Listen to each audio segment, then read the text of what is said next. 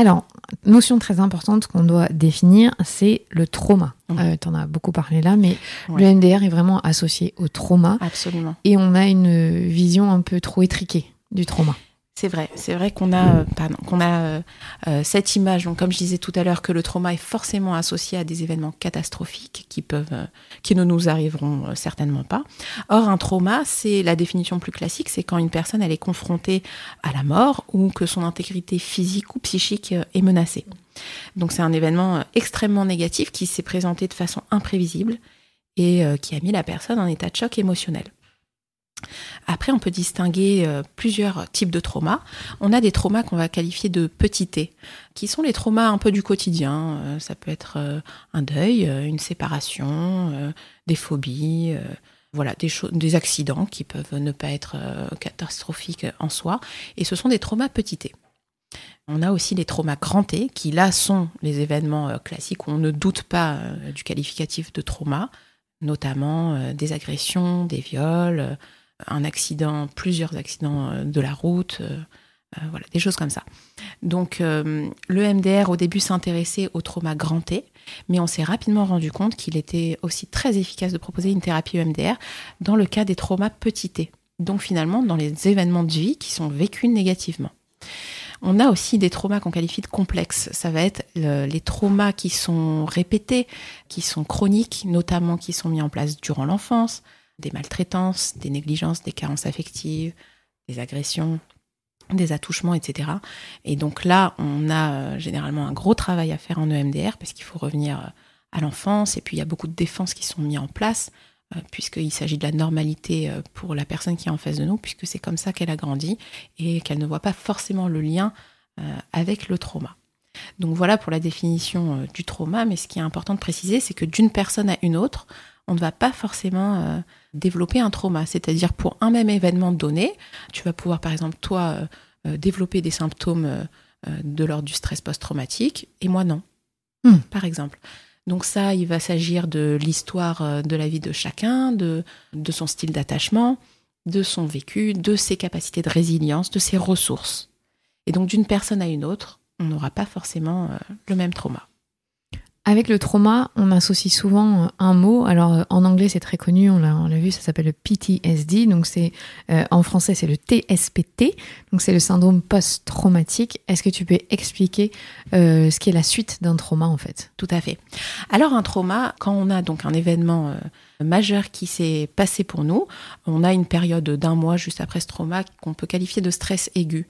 Justement, on va avoir un ensemble de symptômes. Et puis après, ça peut revenir à la norme, on peut y repenser, mais en étant apaisé, etc., en reparler, tout va bien. Pour d'autres personnes, il va y avoir des symptômes qui vont continuer. Et là, dans ce cas-là, on parle de traumatisme.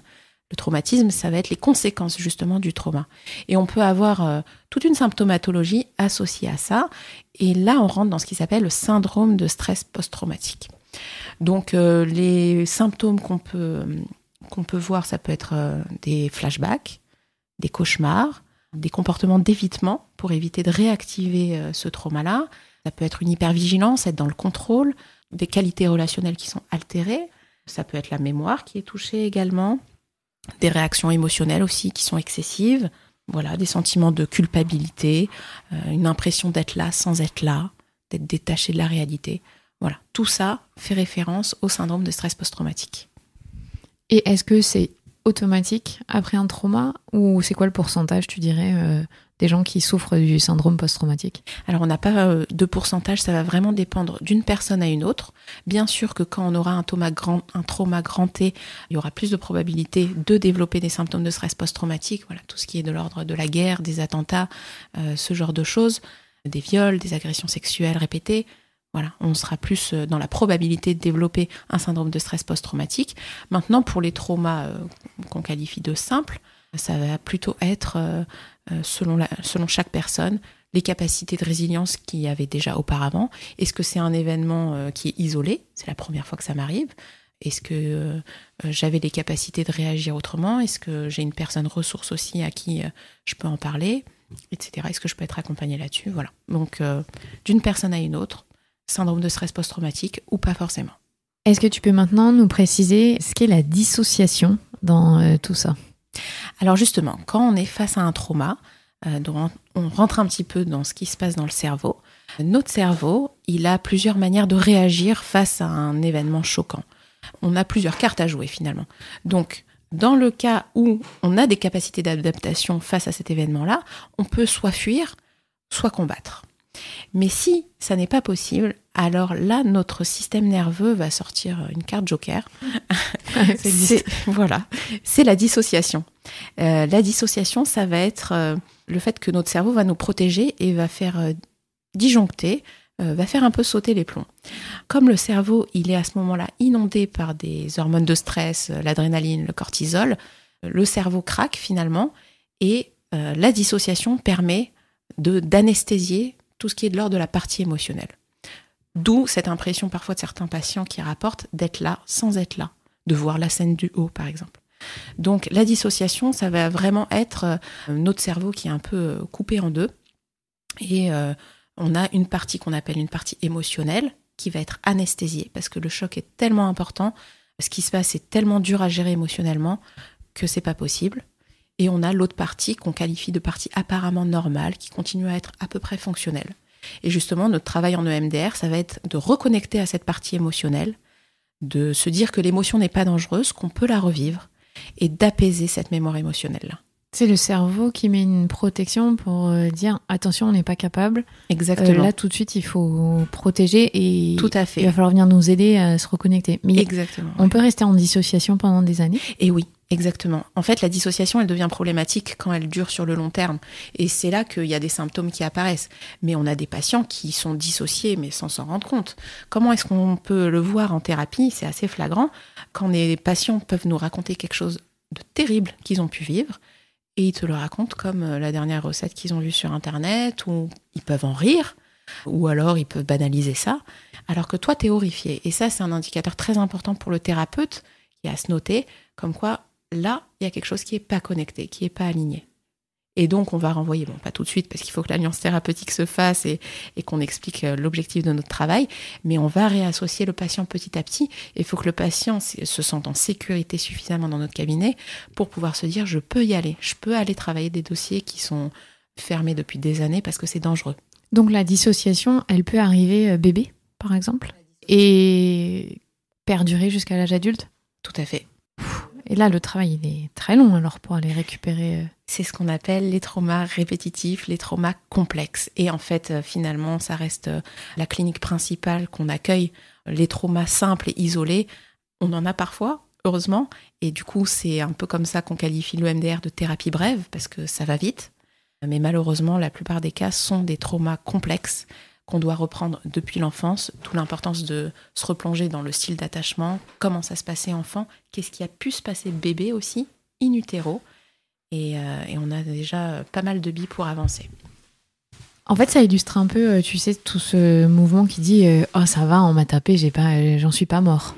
C'est vrai. Où on est capable de parler de la violence qu'on a reçue de manière très détachée et... je sais qu'il y a l'enjeu de protéger son parent, mais il y a aussi ce truc où finalement notre cerveau, il a juste déconnecté. Tout à fait. Mais c'est intéressant de se dire que quand on a des gens qui ont ce discours-là, on peut comprendre pourquoi ils ont ce discours-là. Exactement. Effectivement, dans tes hypothèses, il y a aussi le fait qu'on a un conflit de loyauté et qu'on protège notre parent, mais il y a aussi le fait qu'on a fait au mieux en tant qu'enfant. Les enfants que je reçois, ils sont incapables de me dire que là, c'est mes parents qui ont des manquements, qui ont des limites éducatives et qui sont incompétents. Bien sûr, l'enfant, il va préférer inconsciemment, bien entendu, mettre en place des défenses comme la honte. Il va développer ce qu'on peut qualifier un schéma d'imperfection honte qui va lui coller au basque toute sa vie, se disant qu'il n'est pas suffisamment à la hauteur, qu'il est parfois responsable de ce qui peut se passer dans la vie familiale alors qu'il n'en est rien. Mais il est préférable qu'il développe cette honte plutôt que de se mettre face à ses parents et de se dire « Là, les gars, quelque chose qui n'a pas été ». Est-ce que du coup, il y a une application différente de l'EMDR chez les adultes, chez les adolescents, chez les enfants et chez les nourrissons ? Ou est-ce que tout le monde, peu importe le cerveau, on réagit pareil ? Alors, le cerveau réagit pareil, effectivement. C'est le protocole, en fait, sur lequel on se base qui va devoir s'adapter. Et c'est important pour ça d'être formé pour accompagner les bébés, les enfants, les adolescents, parce qu'il ne s'agit pas de la même application du protocole. Par exemple, pour les bébés, on va faire ce qui s'appelle un récit narratif. C'est-à-dire qu'on va se mettre d'accord, le thérapeute et les parents, sur la création d'un récit de ce qui a pu se passer, en commençant par une phrase heureuse, en finissant aussi par un moment heureux, et au milieu, de raconter à l'enfant ce qui a pu se passer. Et pendant ce moment-là, s'il s'agit d'un nourrisson, là, le thérapeute va faire des petits tapotements sur les petits pieds du bébé pour retraiter ces informations-là.